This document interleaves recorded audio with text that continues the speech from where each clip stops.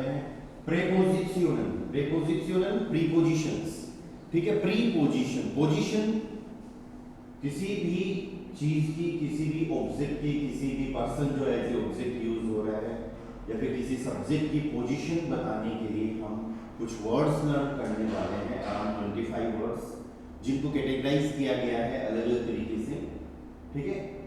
और कोई जरूरी नहीं आप जब इन वर्ड्स को यूज करो तो हर वर्ड में आपको कोई पोजीशन दिखेगी, राइट। पर अराउंड 25 वर्ड्स जो लर्न करेंगे अपन, उनको डिफरेंट डिफरेंट कैटेगरीज में बांटा गया है, ठीक है। तो प्रीपोजिशंस जो हैं वो 3 तरीके से हमको यूज करनी है। फर्स्ट पार्ट इज आकुजाटिव प्रीपोजिशनल, या ये 7 वर्ड्स जो आज हम लर्न करेंगे वो है आकुजाटिव प्रीपोजिशनल। आकुजाटिव प्रीपोजिशनल क्यों लिखा है? प्रीपोजिशंस तो मैंने बोल दिया 25 वर्ड्स पढ़ेंगे, लेकिन आकुजाटिव क्यों? आकुजाटिव इसलिए जिस तरीके से आपने अब तक नॉमिनेटिव, आकुजाटिव, दाटिव वर्ब पढ़ी है। नॉमिनेटिव, आकुजाटिव, दाटिव पढ़ने का मतलब क्या है? ये मतलब है कि उनके बाद में आकुजाटिव और दाटिव आर्टिकल ही आएगा, राइट। नॉमिनेटिव तो चलो सब्जेक्ट है, 4 ही होती है, जाइन, हाइशन, वेडिंग, लाइवन, 4 ही वर्ब्स होती हैं। फिर आकुजाटिव वर्ब्स जो खूब सारी आती हैं, जैसे फ्रागन, कोखन, लैगनन, एसन, ट्रिंकल। तो आकुजाटिव वर्ब लगाने का मतलब ये है कि आगे पर्सन या थिंग के लिए जो भी प्रोनोमन या आर्टिकल आएगा वो आकुजाटिव आएगा। डाटिव वर्ब लगाने का मतलब ये है कि आगे जो भी पर्सन या थिंग एज ए ऑब्जेक्ट आ रहा है वो डाटिव आर्टिकल आएगा या डाटिव प्रोनोमन आएगा। उसी तरीके से अब कुछ 7 आकुजाटिव ऐसे वर्ड्स आने वाले हैं आपके पास कि वो अगर किसी सेंटेंस में आ जाएं तो उसके बाद पर्सन, या पर्सन होगा तो प्रोनोमन, और थिंक या फिर कोई पर्सन एज ए नाउन आएगा तो उसका आर्टिकल क्या होगा? हमेशा आकुजाटिव आएगा। आई बात समझ में? आकुजाटिव प्रोनोमन जैसे मिश, डिश, इन या एस, जी इस तरीके से यूज करते हैं ना, या फिर आपका डेन, डेंदी, दासदी, आइनन, आइने, आइन, माइनन, माइने, माइन, इस तरीके से जो आकुजाटिव आर्टिकल या आकुजाटिव प्रोनोमन है वो यूज करेंगे। इनको सीखने के बाद में फिर अपने पास आती हैं दाटिव प्रीपोजिशनल, ये 9 हम पढ़ने वाले हैं। और फिर आएंगे अपने पास वेक्शल प्रीपोजिशनल। वेक्शल प्रीपोजिशनल ये भी 9 वर्ड्स आएंगे। इनको हम टू वे प्रीपोजिशंस भी कह सकते हैं। टू वे प्रीपोजिशंस इसलिए कह सकते हैं, देखो आकुजाटिव प्रीपोजिशंस आ गई, आकुजाटिव भी यूज कर रहे हैं, दाटिव प्रीपोजिशन आ गई, दाटिव भी यूज कर रहे हैं, लेकिन वेक्सल प्रीपोजिशन अब ये 9 अगर वर्ड आए तो इनके बाद में आप आकुजाटिव और दाटिव कोई सा भी यूज कर सकते हो। वो फिर एक रूल के अकॉर्डिंग डिसाइड करना पड़ेगा कि सेंटेंस में सब्जेक्ट या ऑब्जेक्ट का प्लेस चेंज हो रहा है तो आकुजाटिव, और नहीं हो रहा तो दाटिव, ठीक है। पर वो बात की बात है, आज अपन फोकस करते हैं सबसे पहले आकुजाटिव प्रीपोजिशन पे, ठीक है। और फर्स्ट पार्ट इज आकुजाटिव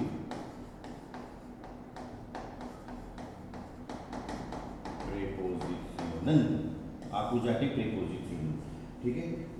आपको तो बस ये ध्यान रखना है, देखो कोई भी पर्सन आए, कोई भी थिंग आए, या फिर कोई पर्सन ऐसे नाउन आए, ठीक है, तो आकुजाटिव पार्ट ही यूज करना है। आपको ये देख लेना है उससे पहले क्या है, जो भी नाउन पर्सन थिंग जो आ रहा है ना, उससे पहले प्रीपोजिशन है तो प्रीपोजिशन के हिसाब से लगाओ, वर्ब है तो वर्ब के हिसाब से लगाओ। जैसे बहुत सारे सेंटेंसेस जैसे बनेंगे, आई हैव ए पेन, बिल्कुल बेसिक सा सेंटेंस है ना, तो इसके अंदर कोई प्रीपोजिशन नहीं आई, ठीक है। इशाबे आइनन कुली, इशाबे आइनन कुली, तो आइनन आपने डिसाइड किया है वर्ब के हिसाब से, है ना, पेन के हिसाब से। लेकिन अब ये आ गया I have a pen for you, ठीक है, तो अब यू फॉर के हिसाब से आएगा। आपको तो ये देखना है कि प्रीपोजिशन कहाँ है, प्रीपोजिशन के बाद में जो नाउन या प्रोनाउन आए उसको उस प्रीपोजिशन के हिसाब से चेंज करना है, ठीक है। चलो देखते हैं अपन कौन कौन सी प्रीपोजिशंस होती हैं सारी। सबसे पहले है फ्यूर। फ्यूर का मतलब हो गया फॉर, के लिए। सबसे पहले क्या है? फ्यूर, फॉर, के लिए। नेक्स्ट वन ओन है, OHNE, ओन है। पहले आया क्या ये वर्ड आपके सामने? ओन आर्टिकल के साथ में आया था ना, एडजेक्टिव एंडोनिम के टेबल में। ओन का मतलब हो गया विदाउट, के बिना, के बिना। देन वी हैव गेगन, गेगन का एक तो मीनिंग हो गया अगेंस्ट और दूसरा मीनिंग हो गया अराउंड। अराउंड का यहां पर मतलब है आसपास, आसपास। अगेंस्ट मतलब खिलाफ। ओम का मतलब हो गया एट। एट हम इसको यूज करेंगे फिक्स टाइम के लिए, सिर्फ किसी पर्टिकुलर टाइम के लिए, और इसका मीनिंग भी अराउंड निकलता है। ये अराउंड है चारों तरफ, चारों तरफ। ओके, देन वी हैव बिस। बिस मतलब टिल, तक, किसी एक समय तक, किसी कोई जगह तक या तक। देन डूर्स, डूर्स मीन्स वाया या फिर थ्रू, किसी चीज या किसी जगह से होकर। And the last one is एंटलांग। एंटलांग का मतलब हो गया अलोन। अलोन का मतलब होता है साथ साथ, या साथ साथ, या फिर सहारे सहारे, या फिर किनारे किनारे। ठीक है, जैसे बड़े कोई रास्ते होते हैं, नदियां होती हैं, रास्ते होते हैं, रोड होती है, तो उसके साथ साथ सहारे सहारे, किनारे किनारे, उसके लिए फिर एंटलांग। तो ये 7 वर्ड्स आपको लर्न करने हैं। ठीक है, फ्यूर, ओने, गेगन, ओम, बिस, डूर्स, एंटलांग। इनके बाद में एक चीज छोटी सी आपको ये ध्यान रखनी है कि जो भी प्रोनोमन आएगा अक्यूजेटिव होगा, जो भी पर्सन या थिंग एज ए नाउन आए उनका आर्टिकल अक्यूजेटिव होगा, चाहे आप टेबल कोई सी भी यूज कर रहे हैं। चलो हर एक प्रीपोजिशन से हम सेंटेंसेस बनाएंगे यहाँ पर, ताकि और अच्छे से क्लियर किया जाए ना। द फर्स्ट वन इज फ्यूर। द फर्स्ट प्रीपोजिशन इज फ्यूर। फ्यूर का मीनिंग हो गया फॉर, के लिए। ठीक है, अब अपन को ऐसे कई सारे सेंटेंसेस बनाने हैं जिसके अंदर बार बार फ्यूर आ रहा है, फॉर आ रहा है। अभी थोड़ी देर पहले मैंने एक छोटा सा सेंटेंस बोला था, आई हैव अ पेन या फॉर यू। ठीक है, तो यहां पर क्या होगा इस सेंटेंस में, देखो सब्जेक्ट है, जस्ट वेट, सब्जेक्ट है, वर्ब है और ऑब्जेक्ट है।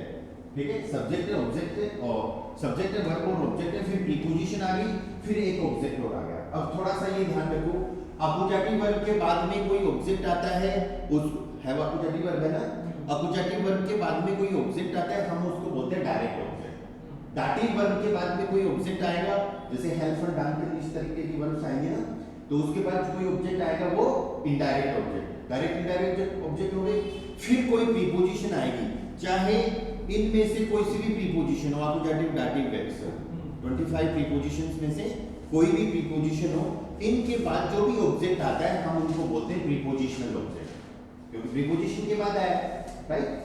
तो यहां पर फॉर यू, तो यू क्या है, प्रीपोजिशनल ऑब्जेक्ट है। अब एक छोटी सी चीज का ध्यान रखो, इधर ध्यान देना सब लोग स्क्रीन पे, ये जो यू आएगा ये इस फॉर के अकॉर्डिंग आएगा, ये जो ए आएगा ये इस हैव के अकॉर्डिंग आएगा। तो हमेशा दो ऑब्जेक्ट आ गए ना, तो हमेशा ये ध्यान रखना है कि हमारे नाउन या प्रोनाउन से पहले वर्ब आ रही है कि प्रीपोजिशन आ रही है।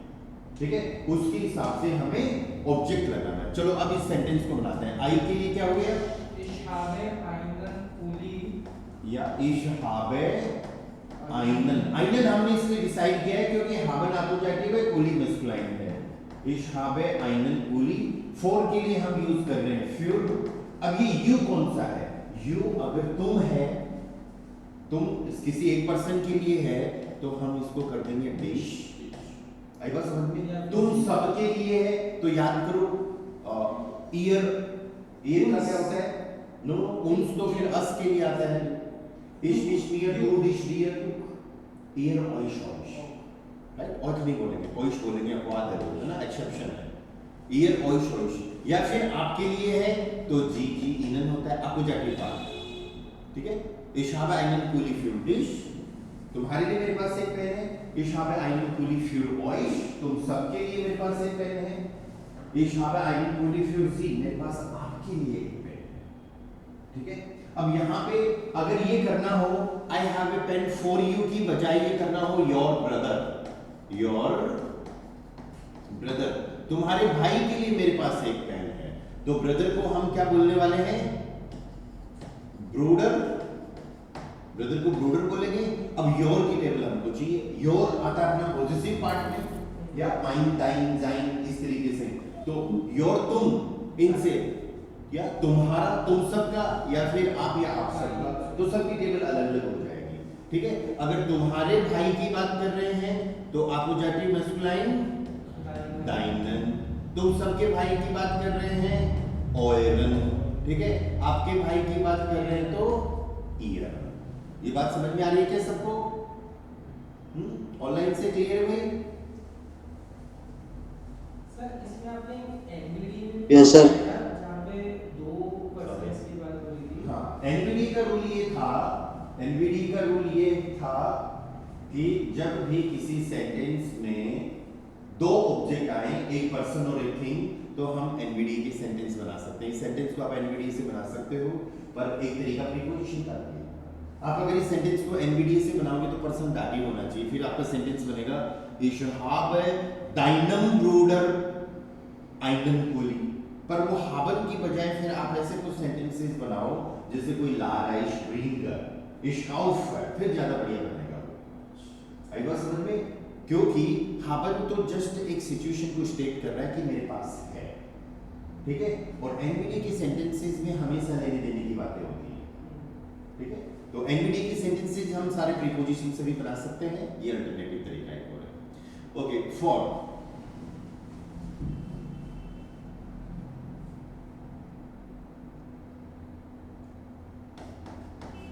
he works for the money, वह पैसे के लिए काम कर रहा है। he works for the money, arbeitet। अब इसमें कोई डायरेक्ट और इनडायरेक्ट ऑब्जेक्ट नहीं है, डायरेक्ट क्या आ गया? प्रीपोजिशनल ऑब्जेक्ट आ गया, सीधा प्रीपोजिशनल ऑब्जेक्ट आ गया। arbeitet für, मनी को बोलते हैं das Geld, और das का अपोजिटिव भी क्या रहेगा? das रहेगा। arbeitet für das Geld। Okay, arbeitet für das Geld। Okay, we are coming for the party, we are coming for the party, हम पार्टी के लिए आ रहे हैं। we are coming for the party, तो we के लिए we are coming, common, we are common, for के लिए few। अब the party वर्ड होता है, the का अपोजिटिव the, नॉमिनेटिव अपोजिटिव सिर्फ जहां चेंजेस आएंगे वो है मैस्कुलाइन। देर का डेन हो जाता है, बाकी दी दास दी, फेमिनाइन न्यूट्रल प्लूरल सेम रहता है, तो वो हर टेबल में सेम रहता है। राइट, तो दी पार्टी का अपोजिटिव भी क्या रहेगा? दी पार्टी, वेरी कॉमन, फिर दी पार्टी।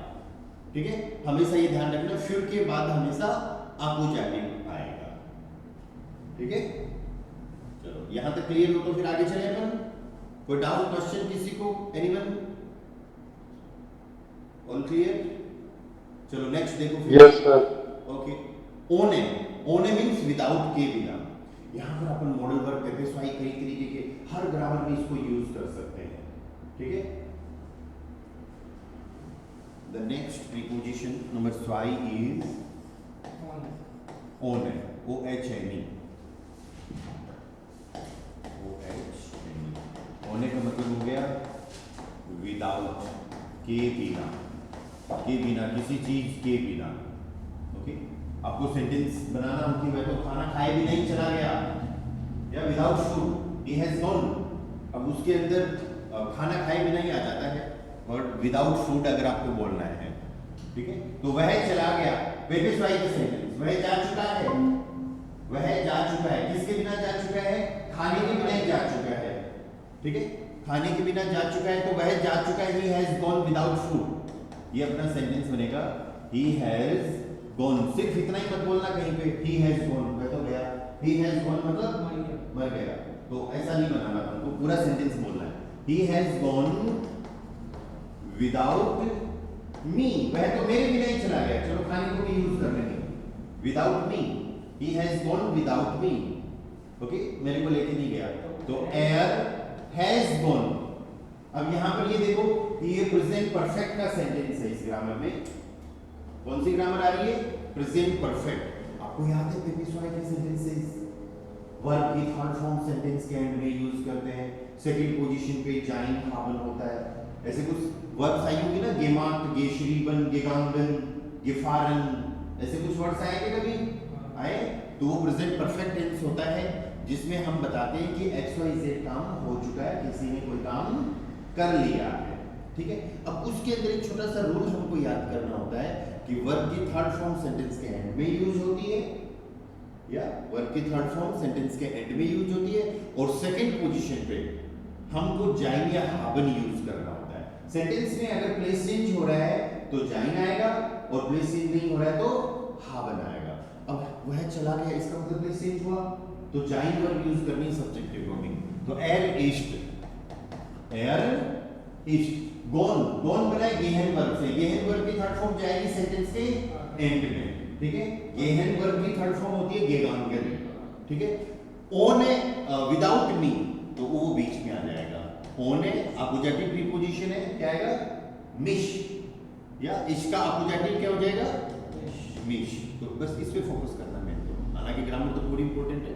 सो er ist ohne mich gegangen, ठीक है। अभी थोड़ी देर पहले अपन सेंटेंस बना रहे थे, वो तो खाने के भी नहीं चला गया, विदाउट फूड, तो मी की जगह अगर अपन फूड लगाए तो फूड को हम बोलते हैं जर्मन में दास एसन, खाने के लिए वर्ब एसन होती है, लेकिन जब नाउन होगा तो दास आर्टिकल लगा के अपन उसको यूज करेंगे, तो ohne das essen, तो er ist, ohne essen भी बोल सकते हो, ohne das ये ऑप्शनल है यहाँ पर, ohne das एसन gegangen, ये ऑप्शनल है भाई, क्यों, क्योंकि हम यहाँ ये नहीं बता रहे कि पर्टिकुलर खाना कौन सा खाना, बस हम सिंपल बात कर रहे हैं कि खाने के लिए नहीं गया, राइट, तो er ist ohne essen gegangen, okay.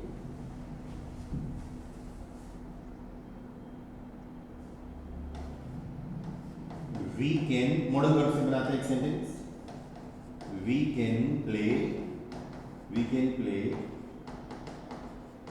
without your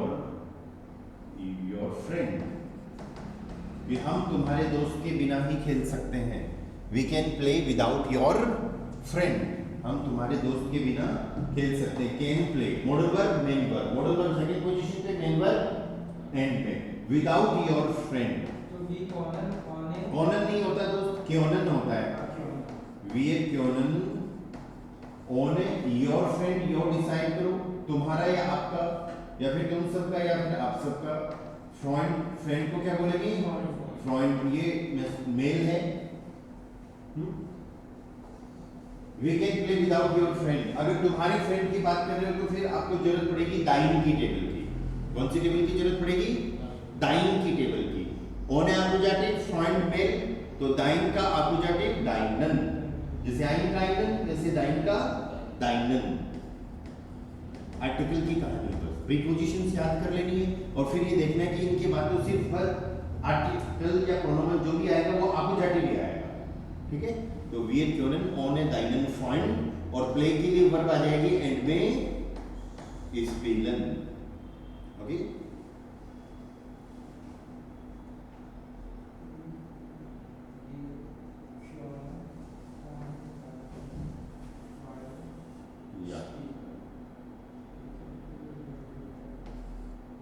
Another sentence,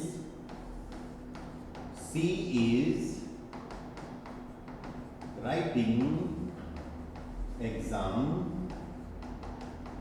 without help, she is writing exam without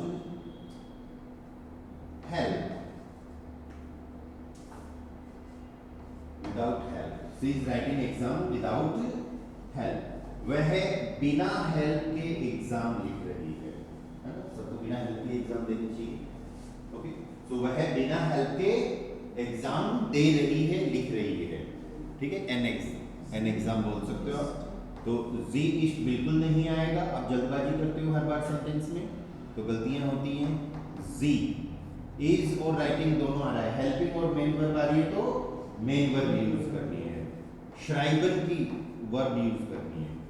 जी श्राइब्ड, जी के हिसाब से क्या आएगा बी, जी श्राइब्ड या प्रूफुम या दी प्रूफुम, जी श्राइब्ड दी प्रूफुम, दी प्रूफुम होता है ये दी श्राइबर वर्ब के हिसाब से है। अभी तक प्रीपोजिशन का कोई रोल प्ले नहीं हुआ, अब आगे होगा विदाउट या ऑन है, ठीक है। अब आपको हेल्प जो है वो एज ए नाउन यूज करना है, वर्ब तो हेल्पर यूज होती है तब तो डाटिंग होता है, लेकिन नाउन इसका जो बना है वो होता है दी हेल्पर, या हेल्प के लिए नाउन क्या है दी हेल्पर। इसका नॉमिनेटिव अपोजिटिव डाटिंग होने से कोई लेना देना नहीं है, वो तो हम वर्ब और प्रीपोजिशन के अकॉर्डिंग यूज करेंगे, तब हम आर्टिकल चेंज करेंगे, ठीक है। दी हिल्फे का अपोजिटिव दी ही रहेगा, ओने दी हिल्फर, या फिर ओने हिल्फर डायरेक्ट बोलोगी तो भी चल जाएगा, वो इसलिए चल जाएगा, यहां पर दी नहीं लगाओगे तो भी चल जाएगा। उसका रीजन ये है हम ये पर्टिकुलर बता नहीं रहे कौन सा वाला एग्जाम या फिर कौन सी वाली हेल्प, तो आप सिंपल सा ही बना सकते हो। आप इसको अगर आप ये बनाओगे he is writing an exam without any help, या तो भी फिर ये सेंटेंस ऐसे बनेगा जी schreibt eine Prüfung ohne Hilfe, फिर आर्टिकल की जरूरत नहीं पड़ेगी ना। अभी हम जबरदस्ती इसलिए लगा रहे हैं ताकि ये पता चल जाए कि भाई अपोजिटिव प्रीपोजिशन है तो उसके बाद अपोजिटिव आर्टिकल आया, ठीक है। सो ohne का मतलब क्या हो गया विदाउट, के बिना, ठीक है। यहाँ किसी को कुछ क्वेश्चन डाउट कोई सेंटेंस हो तो बोलना, ओके, अदरवाइज अपन आगे बढ़ते हैं। नेक्स्ट प्रीपोजिशन आ रही है आपकी गेगन। गेगन के दो मीनिंग है, एक तो है अगेंस्ट और एक है अराउंड आसपास, ठीक है। इसको हम कई जगह पर यूज कर सकते हैं प्रीपोजिशन को, नंबर 3 गेगन के फर्स्ट यूज अगेंस्ट के साथ में अपन सेंटेंस बना सकते हैं, ठीक है। जैसे against for example direct German में अगर सेंटेंस बनाए तो Sie sind gegen mich, Sie sind gegen mich, क्या मीनिंग हो सकता है इसका? Sie sind gegen mich, बोलो भाई क्या मीनिंग हो सकता है, बताओ। She is against you, और she is होता तो sie ist करते, आई बात समझ में। सब्जेक्ट के हिसाब से जॉइन वर्ब का कॉन्जुगेशन देखो, जी जिंक they are, they are against you. Okay मैं इसका इंग्लिश पार्ट लिख देता हूं ताकि आप गलती ना करें।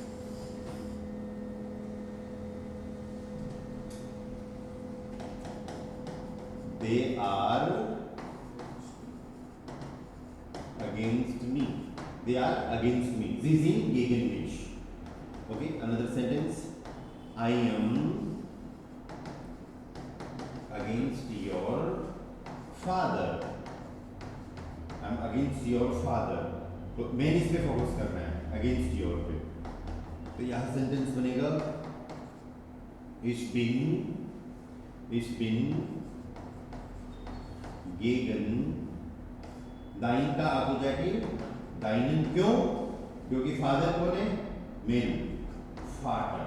अगर मदर के अगेंस्ट में होते तो हम इसको करते दाइने मुटर, या फिर योर मदर आ जाता है, ठीक है। समझ में आ रही कहानी? They are playing against my team.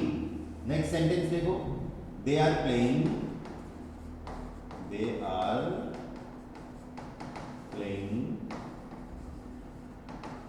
Against my team, वो मेरी टीम के खिलाफ खेल रहे हैं। वर्सेज होते हैं ना गेम्स, तो जी स्पीलन, प्ले के लिए क्या वर्ब यूज करोगे भाई? स्पीलन, तो जी स्पीलन। आप लोगों को भी खूब सारे सेंटेंसेस बनाने का मौका मिलेगा, प्रीपोजिशन से अपन कई सारे एक्सरसाइज करेंगे, ठीक है। अगेंस्ट के लिए यहाँ पर क्या लगाएंगे अपन? गेगन, ओके। टीम के लिए हम वर्ड यूज करते हैं, देखो कई सारे वर्ड्स होते हैं टीम के लिए। अगर आप ऑफिस टीम की बात कर रहे हो ना, तो आप बोलो कि हम एक टीम है, तो उस टाइम पे तो दास टीम यूज कर लो। पर जब खेल की बात हो रही होती है तो फिर टीम वर्ड यूज मत करना, फिर यूज करना मानशाफ्ट, क्या यूज करोगे? मानशाफ्ट। फिर टीम के लिए आपके पास वर्ड आएगा दी मानशाफ्ट। इस वर्ड से आपको एक छोटी सी चीज ये सीखने को और मिलती है, शाफ्ट जिस वर्ड के एंड में आ जाए उसका 100% आर्टिकल क्या रहेगा? दी। दी मानशाफ्ट का मतलब क्या हो गया? टीम। ठीक है, इस चीज को ध्यान रखना। ओके, अब दी का अपोजिटिव दी रहेगा और माइने का अपोजिटिव फिर माइने रहेगा। तो जी स्पिलन गेगन माइने मानशाफ्ट। Okay, all clear? जी स्पिलन गेगन माइने मानशाफ्ट। तो ये गेगन का एक मीनिंग हो गया अगेंस्ट के लिए। गेगन का नेक्स्ट जो मीनिंग है विच इज अराउंड, आसपास। गेगन मीन्स अराउंड। अराउंड कौन सा? आसपास। प्रयास, दिनेश, प्रताप, सेंटेंसेस क्लियर है ना सारे? Yes sir. Yes sir. कोई भी क्वेश्चन डाउट हो तो पूछना है ना, ठीक है? वैसे नहीं यस। सो गेगन अराउंड, आसपास। इसको हम किसी जगह के लिए यूज कर सकते हैं, किसी टाइम के लिए यूज कर सकते हैं। जैसे मैं बोलूं कि अपन तो क्लास 7:30 के आसपास स्टार्ट करते हैं, आसपास। फिक्स टाइम नहीं बोला है, ठीक है? फिक्स टाइम अगर बोलते तो फिर हम प्रीपोजिशन ये यूज करते 20 और ये सॉरी फिक्स टाइम के लिए, है ना? कि हम 7:30 बजे क्लास स्टार्ट कर देते 7:30, तो फिर आएगा, ठीक है? आसपास से स्टार्ट कर रहे हैं तो गेगन आएगा। फिर बोले हाँ अब तो हमारी क्लास तो 7:30 तक स्टार्ट होती है टिल, तो फिर क्या आ जाएगा? 20। तो इन तीनों प्रीपोजिशन को आप समय के लिए यूज कर सकते हैं, टाइम के लिए यूज कर सकते हैं ना। चलो इसके गेगन के सेंटेंसेस बनाते हैं, फिर बाकी प्रीपोजिशंस के भी बनाएंगे। Okay, the class starts around, या द क्लास स्टार्ट्स अराउंड 7:30, ठीक है? तो अभी आपका सेंटेंस ये बनेगा क्लास के लिए डेर unterricht, सब्जेक्ट यही है, पर्सन कोई सब्जेक्ट नहीं आया यहाँ पर, या पर्सन सब्जेक्ट आता तो फिर क्लास को हम ऑब्जेक्ट बना देते। डेर unterricht स्टार्ट के लिए beginnt, और एक वर्ब हमने सेपरेबल वर्ब में भी पढ़ी थी anfangen, आपको याद हो तो anfangen, पर anfangen जब यूज करेंगे तो अन एंड में लेके जाएंगे।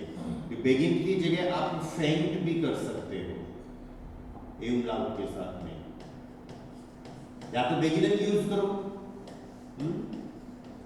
या तो बेगिनन वर्ब यूज करो, या फिर अनफांगन यूज करो, FNGEN। दोनों का मीनिंग क्या हो गया? टू स्टार्ट, शुरू करना, बेगिन या फिर अनफांगन। बेगिन में कोई सेपरेबल पार्ट नहीं है, वो ऐसा कैसा यूज होगा, लेकिन इधर अन एंड में जाएगा। सो डेर unterricht beginnt gegen। अब देखो डिजिट्स आ गई तो कोई आर्टिकल की भी जरूरत नहीं है, या gegen 7:30, यहां पर उवर जरूर लगाना है क्योंकि उवर किसके लिए आ रहा है? o'clock के लिए, है ना? किसी भी समय पर अगर कुछ काम हो रहा है तो फिर आपको उवर वर्ड जरूर लगाना है। तो डेर unterricht beginnt gegen या 7:30, या फिर der Unterricht fängt gegen 7:30 और फिर an एंड में आएगा ना। fängt यूज कर रहे हो तो an एंड में आएगा। तो अभी आप सिर्फ begin यूज कर लो, fängt से सेंटेंस बनाओगे तो फिर पूरा सेंटेंस लिखना, अदरवाइज कंफ्यूज हो जाओगे कि an अलग से क्यों लिखा है ना। ठीक है सर, यस, अभी आपने लास्ट में an लिखा था, वो क्या था? वो फिर अनफांगन का था, तभी तो मैंने हटा दिया, जैसे अभी आपको कंफ्यूजन हुआ, राइट? ये सेंटेंस आप दो तरीके से बना सकते हो। चलो मैं दूसरा तरीका भी लिख ही देता हूँ। दूसरा तरीका ये है, दूसरी वर्ब यूज कर लेंगे। पहले में आपने बेगिन यूज करा है, अब अनफांगन यूज कर लेते हैं। Der Unterricht fängt gegen 7:30 an, ठीक है? यहां पर आपने वर्ब यूज करी है बेगिनन, यहां पर वर्ब आपने यूज करी है अनफांगन। वो सेपरेबल वर्ब है तो अन उसका प्रीफिक्स पार्ट जो है वो एंड में चला गया, ठीक है? और प्रीपोजिशन अपनी गेगन आ गई आसपास के लिए, ओके? और ये चीज छोटी सी ध्यान जरूर रखना कि आपको अब कोई भी एक्टिविटी किसी एक पर्टिकुलर समय पर कर रहे हो तो उस समय के बाद में हमें ओवर वर्ड जरूर लगाना है। ओवर किसका मीनिंग देता है? o'clock का, ठीक है? चलो और देखते हैं अपन सेंटेंस। नेक्स्ट सेंटेंस देखो, वी आर स्टैंडिंग या अराउंड द स्कूल, हम स्कूल के आसपास खड़े हैं। या कोई बोले हाँ कहाँ पे देख तो रहे कुछ बच्चे आ रहे शायद स्कूल है यहाँ पर, या we are standing around the school. ये सेंटेंस कैसे बनेगा? Are standing, we are stand, stand के लिए क्या वर्ब होती है? स्टैंड, वी आर स्टैंड गेगन। अब दी शूले, दी शूले का आपको जाके दी रह जाएगा, वी आर स्टैंड गेगन दी शूले। ठीक है, कोई ऐसे भी समझ सकता है इसका मीनिंग हम स्कूल के सामने की तरफ खड़े हैं, आई बात समझ में, अगर उसके आसपास खड़े हैं, क्योंकि गेगन अगेंस्ट का भी मीनिंग देता है ना, दूसरी तरफ, अगेंस्ट के खिलाफ हो गया वैसे। ठीक है, और आगे आपको धीरे धीरे चीज समझ में आएगी कि अगेंस्ट किसी चीज के अगेंस्ट में या उसके खिलाफ, तो उसकी दूसरी तरफ जैसे भी मीनिंग होता है इसका, राइट। तो वी स्टेन गेगन दी शूले, तो उसके आसपास खड़े हैं तब भी अपन इसको यूज करेंगे। चलो नेक्स्ट अपन चलते हैं उम के भी दो यूज है। उम का एक यूज है एट, तो फिक्स टाइम के लिए एट यूज किस कब आएगा? जब हम फिक्स टाइम पे कोई काम कर रहे हैं। या मूवी फिक्स टाइम पे स्टार्ट होती है, मूवी 10 बजे स्टार्ट होगी, the movie will start at 10 o'clock, तो फिर अपन उसके लिए यूज करेंगे, एक अराउंड चारों तरफ। तो दोनों यूजेज से अपन सेंटेंसेस बनाते हैं। The next one is mafia का मतलब क्या हो गया? एक तो एट, फिक्स टाइम। ठीक है, जैसे for example the movie starts at 10 o'clock। ठीक है, सो अपना सेंटेंस बन जाएगा दैट फिल्म स्टार्ट के लिए बिगिन या फिर अनफांगन यूज कर सकते हो, फिर फिक्स टाइम के लिए saying word. Okay, we will end the party at 9 o'clock, we will end the party, we will end the party at 9 o'clock, हम पार्टी को 9 बजे पूरा कर देंगे। तो वी विल, अब देखो फ्यूचर का सेंटेंस है, वेर्डन आता है ना फ्यूचर के सेंटेंसेस में, आप लोगों को याद हो फ्यूचर के सेंटेंसेस बनाना, तो वेर्डन सेकंड पोजीशन पे यूज करते हैं और मेन वर्ब एंड में आ जाता है। लेकिन अगर किसी सेंटेंस में टाइम इंडिकेटर आ गया तो वेर्डन की जरूरत नहीं है, फिर उसी मेन वर्ब को ही हम सेकंड पोजीशन पे यूज कर देंगे ना, क्योंकि वो टाइम इंडिकेटर अपने आप में फ्यूचर का मीनिंग दे रहा है। तो वी आर एंडन, एंडन का मतलब होता है एंड करना, यहां पर भी आप एक सेपरेबल वर्ब यूज कर सकते हो। aufhören का मतलब भी होता है एंड करना। तो वी आर एंडन किसकी बात कर रहे हैं? दी पार्टी का अपोजिटिव दी पार्टी। अपोजिटिव क्यों? क्योंकि वर्ब आपके अपोजिटिव है, ये दी इसके हिसाब से है, अपनी पोजीशन आ गई वर्ब। तो किसी भी एक पर्टिकुलर टाइम पे अगर कोई काम हो रहा है फिक्स टाइम पे, तो आप उसके लिए प्रीपोजिशन यूज करोगे, आसपास के टाइम पे काम हो रहा है तो फिर गेगन यूज करोगे। ठीक है, का एक यूज और है आपके पास, which is around. Next use क्या है? अराउंड, चारों तरफ या किसी भी चीज के चारों तरफ। जैसे फॉर एग्जांपल बिल्ली घर के चारों तरफ दौड़ रही है, the cat is running around the house,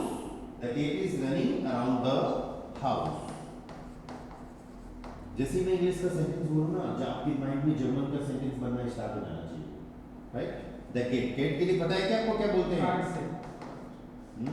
card से यस।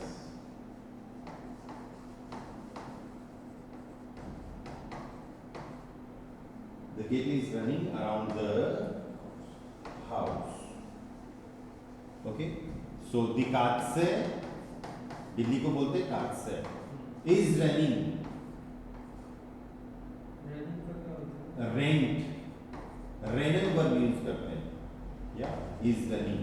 The cat से rent या das house का आपको जाके फिर das ही रह जाएगा। The cat से rent das house. The cat से rent das house. Okay, we are sitting around the, किसके चारों तरफ बैठे हो भाई आप? टेबल के चारों तरफ बैठे हो क्या? फिर ठीक है, वी आर, बना दो इस सेंटेंस को, we are sitting around the table. बनाओ बनाओ, कैसे बनेगा सेंटेंस? वियर, ऑनलाइन वाले भी बता सकते हैं, वियर जिक्सन। इसको याद कर लो बैठने के लिए, बैठे रहने के लिए क्या वर्ब यूज होगी? जिक्सन, वियर जिक्सन, या टेबल को बोलते हैं टिश, मेल वर्ड है ये, मैस्कुलाइन वर्ड है, तो डेर का आपू जाटी Dane, Dane टिश, wear Jeakson Dane टिश। हम टेबल के चारों तरफ बैठे हैं। सर अपन को ये कैसे पता लगेगा कि ये अराउंड है जो गेगन वाला है या वाला है? Which one? अराउंड क्या? हाँ। अराउंड एट वाला है कि वाला है? नहीं नहीं, गेगन वाला है या वाला है? जैसे दो आ रहा, वो तो सेंटेंस से पता चलेगा दोस्त। अराउंड जो है, अराउंड का इंग्लिश में तो एक मीनिंग है, अराउंड वर्ड आ गया, लेकिन उसका जब हम हिंदी में समझ रहे हैं या फिर जर्मन में समझ रहे हैं तो दो मीनिंग आ रहे हैं ना, एक तो आसपास एक चारों तरफ, ठीक है। इधर अपन गेगन अराउंड आसपास मीनिंग निकाला है, फिर अपन ने सेंटेंस बनाया है कि क्लास जो है वो 7:30 के आसपास शुरू होती है, तो हम यहाँ पर ऐसे थोड़ी बोलेंगे कि क्लास 7:30 के चारों तरफ स्टार्ट होती है, नहीं सर, ऐसे नहीं बोलेंगे ना। तो सिचुएशन पे डिपेंड करेगा आप किस टाइप का सेंटेंस बना रहे हैं। अगर आप ये देना, ये तो याद करना ही पड़ेगी वैसे चीजें कि आप आसपास का मीनिंग देना चाह रहे हैं, गेगन यूज करो। अब चारों तरफ का ये मीनिंग देना चाह रहे हैं तो यूज करो। ठीक सर। वो इंग्लिश में एक वर्ड आ गया, इंग्लिश में दो वर्ड आते तो फिर अपन को दिक्कत ही नहीं आती है। ऐसे तो इंग्लिश में यू अकेला है, और जर्मन में तो आप 3 यूज कर रहे हो, 4 यूज कर रहे हो, दो सिंगुलर के और 2 प्लूरल के, तुम सब, आप सब।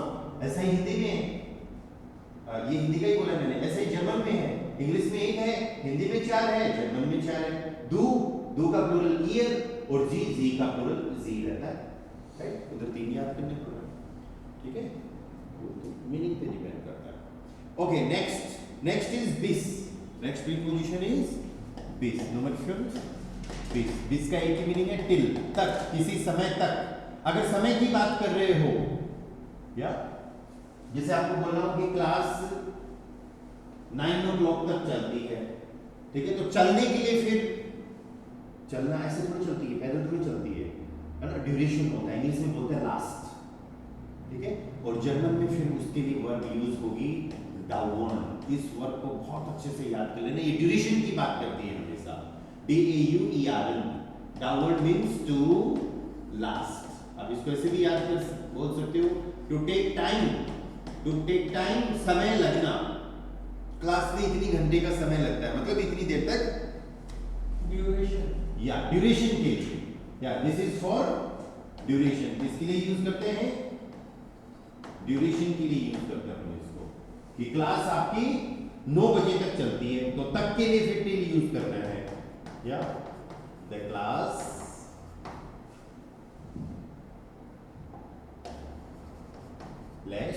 लास्ट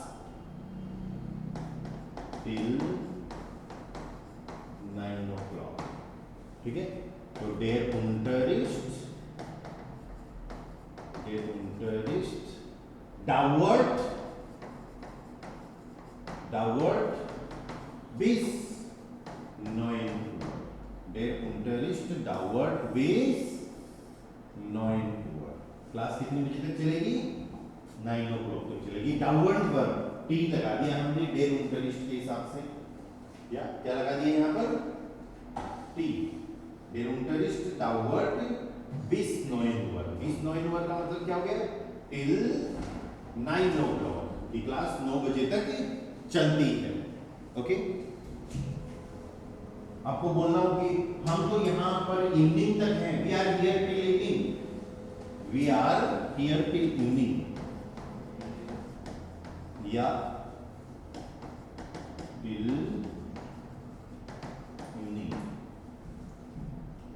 हियर जिंट, और कोई वर्ब नहीं आई, आर को यूज कर लेंगे। हेयर को बोलते हैं हियर, या वे जिंट हियर दिस आबेंट, बिना आर्टिकल के साथ ही यूज हो जाएगा। ये जो इस तरीके के वर्ड्स होते हैं मॉर्निंग, इवनिंग, आफ्टरनून, इनको हमें बिना आर्टिकल, हालांकि ये सारे वर्ड्स मैस्कुलाइन है, नाइट के अलावा दी नाफ्ट यूज करते हैं, बाकी सारे मैस्कुलाइन है, राइट। तो फिर अपन को क्या यूज करना है, दिस आबेंट, वे जिंट हियर दिस आबेंट, ओके। तो ये तो समय की बात होगी। दिस आप किसी जगह के लिए भी यूज कर सकते हो, या जैसे फॉर एग्जांपल पर जगह के लिए यूज करेंगे तो फिर एक डाटी पार्ट भी आता है, वो अपन डाटी नहीं पढ़ रहे हैं, राइट। वो फिर आगे जाके वो डाटी के कॉम्बिनेशन से बनेगा और कुछ सिंपल सेंटेंसेस बनाते हैं, ओके।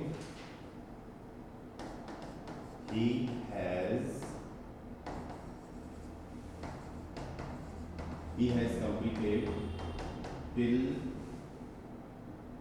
completed till 5 levels, ऐसे बनाते हैं ना। लेवल को बोलते हैं स्टूफर, लेवल के लिए वर्ड क्या यूज होगा, दी स्टूफर लेवल, ठीक है। तो पेपेस फाई का सेंटेंस है, देखो कंप्लीट करने में कोई प्रेसिडेंस नहीं हुआ, एर हार्ट कंप्लीटेड को एंड में ले जाएंगे, बिस फिल्म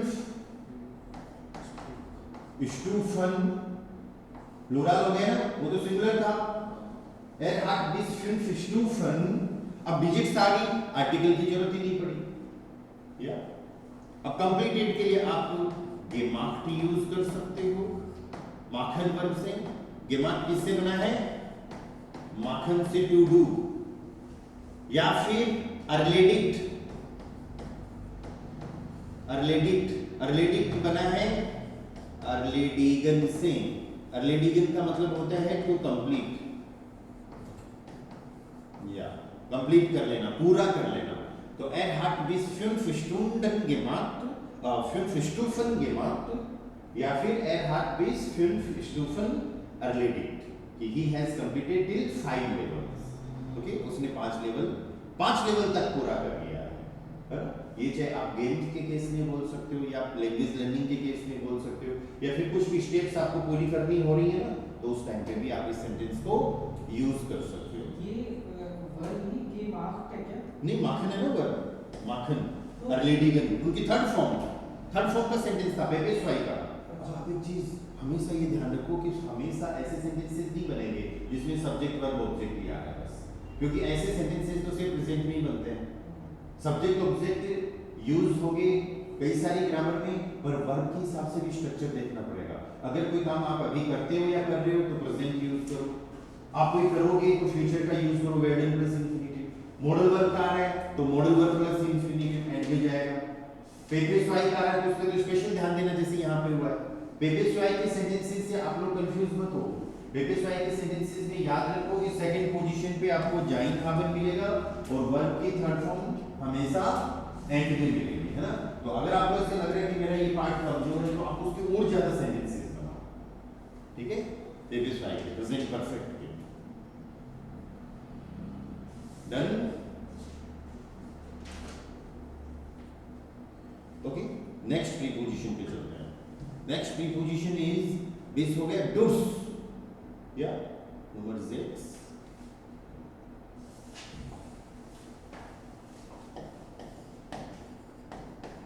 डूस का मतलब होता है वाया या फिर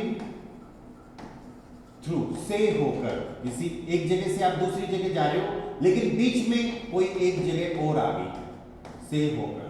अब सिंपल सा अगर सेंटेंस बनाओ कि I am coming through the city, मैं सिटी से होके आऊंगा। कई बार बनाते हैं ना अपन डे टू डे लाइफ में ऐसा सेंटेंस, ओके। तो उसको अभी जर्मन में भी बनाते हैं, I am coming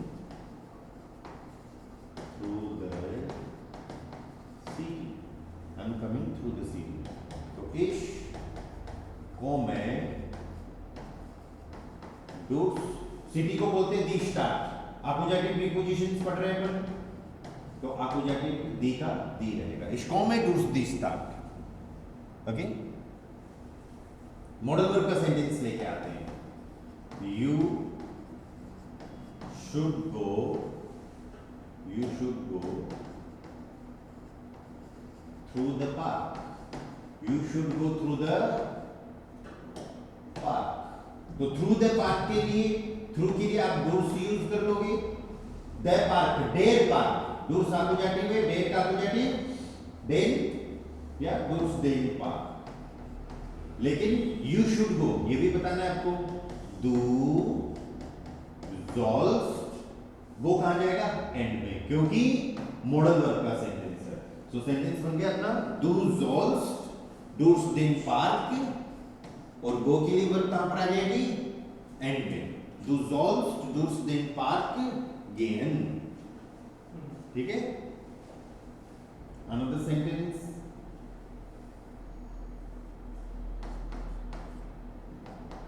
He is running. Okay, मैंने पहले से स्पेलिंग की रनिंग की गलत कर दी थी, तो कोई बात नहीं, जनरल पे मेन फोकस करना है आपको. He is running through the, किसके थ्रू वो रन कर रहा है? कोई वर्ड लेके आओ यहाँ पर अच्छे से. ट्रैक. जब थ्रू द पार्क, तो फिर वो तो थ्रू द पार्क के लिए डूस देन पार्क ही आ जाएगा. He is running through the place. Through the school, through the place, मतलब कोई जगह है. प्लेस सिंपल, जब कुछ नहीं समझ में आ रहा तो फिर प्लेस वर्ड यूज कर लिया अपने. कोई जगह है, उससे वो फिर वहां से होके जा रहा है ना, सेव होकर. तो एयर रेंट डोर्स. प्लेस को बोलते हैं प्लास, PLATZ, और ये इसका आर्टिकल भी डेर होता है, तो यहां पर भी डेन हो जाएगा. ठीक है. अगर एक जगह की बात कर रहे हैं अपन, एक जगह की अगर बात कर रहे हैं, तो फिर यहां पर हम यूज कर लेंगे सिंपल सा आइनन. दोस आइनन प्लास. अगर ये पूरा मॉल होता तो मॉल को क्या बोलते हैं जर्मन में? मॉल को दस काउफ हाउस बोलते हैं. दस काउफ हाउस, दस काफ हाउस दास काउफ हाउस या मॉल. ओके.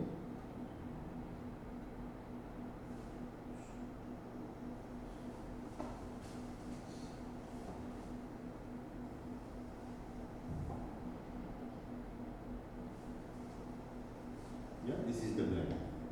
यहाँ पर डबल एन है.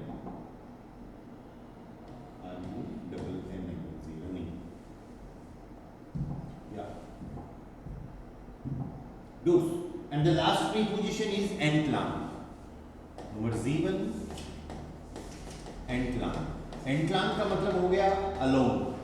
Along हमने ये लिखा है, देखो कोई रास्ता है या फिर कोई नदी है, कोई रोड है, इसको ऐसे समझो, और इसके सहारे सहारे, उसके किनारे किनारे, उसके साथ साथ जाने की बात हो रही है. ठीक है. एंटलांग का. पर इस प्रीपोजिशन के साथ में आपको एक रूल छोटा सा और ध्यान रखना है, वो ये है कि जब भी आपका कोई सेंटेंस बनेगा तो उस सेंटेंस में आप सारी बातें बोल दो और इस प्रीपोजिशन को सेंटेंस के एंड में लेके आ जाओ. इस प्रीपोजिशन हमेशा कहां पर यूज होगी? सेंटेंस के एंड में यूज होगी. जैसे फॉर एग्जांपल यहां पर हमेशा आने जाने की बात होगी.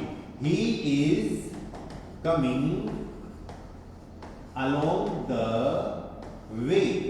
जैसे जैसे रास्ता है वैसे वैसे वो आ रहा है. ठीक है. तो अब तक जो सेंटेंसेस बनाए उसके हिसाब से तो ऐसे होना चाहिए, सब्जेक्ट और वर्ब लिख दिया, फिर प्रीपोजिशन आ गई, फिर प्रीपोजिशन और ऑब्जेक्ट आ गया. पर इसमें क्या करेंगे, सब्जेक्ट और वर्ब लिखने के बाद में पहले ऑब्जेक्ट लिखेंगे और प्रीपोजिशन को एंड में लेके जाएंगे. तो फिर अपना सेंटेंस बन जाएगा एयर कॉन्ट डेयर वेक. वे को बोलते हैं डेयर वेक. आप हो जाएंगे प्रीपोजिशन में, डेयर का क्या हो जाएगा? डेन. डेन वेक. और इस प्रीपोजिशन को हमें यूज करना है एंड में. एंटलांग. इस प्रीपोजिशन का ध्यान रखना. अब ये जो डेन आया है इस प्रीपोजिशन के हिसाब से आया, ना कि वर्ब के हिसाब से. ठीक है. इस चीज का भी ध्यान रखना. सो एकाउंट डेन वेक एंटलांग. We are going along the river, है ना, अपन को लंबे रास्ते चाहिए, तो रास्ता हो गया, रोड हो जाती है, रिवर हो जाती है, लंबाई की अगर बात कर रहे हैं तो वी आर गोइंग टू वियर गेन। अब रिवर को बोलते हैं डेर फ्लूस, डेर का अपोजिट फिर डेन हो जाएगा, डेन फ्लूस और फिर एंटलांग, वी आर गेहन डेन फ्लूस एंटलांग, we are going along the river. ऐसे ही another sentence, the child is running along the street, street या फिर रोड, जैसे जैसे गली है, जैसे जैसे रोड है, वैसे वैसे बच्चा उसके पास पास या साथ साथ दौड़ते हुए जा रहा है। तो ये हमारा सेंटेंस बन जाएगा द स्किन्ड या rent, the skin rent. Street and road दोनों के लिए वर्ड यूज होता है स्ट्रासे, दी स्ट्रासे, तो दी का अपोजिट दी रहेगा, दी स्ट्रासे, और एंटलांग हमको एंड में लेके आना है। तो ध्यान रखना कि ये जो 7 प्रीपोजिशंस है, इनमें एंटलांग ऐसी प्रीपोजिशन है जिसको हमें सेंटेंस के बिल्कुल आखिर में यूज करना है, ठीक है ना, इस चीज को ध्यान रखना आपको।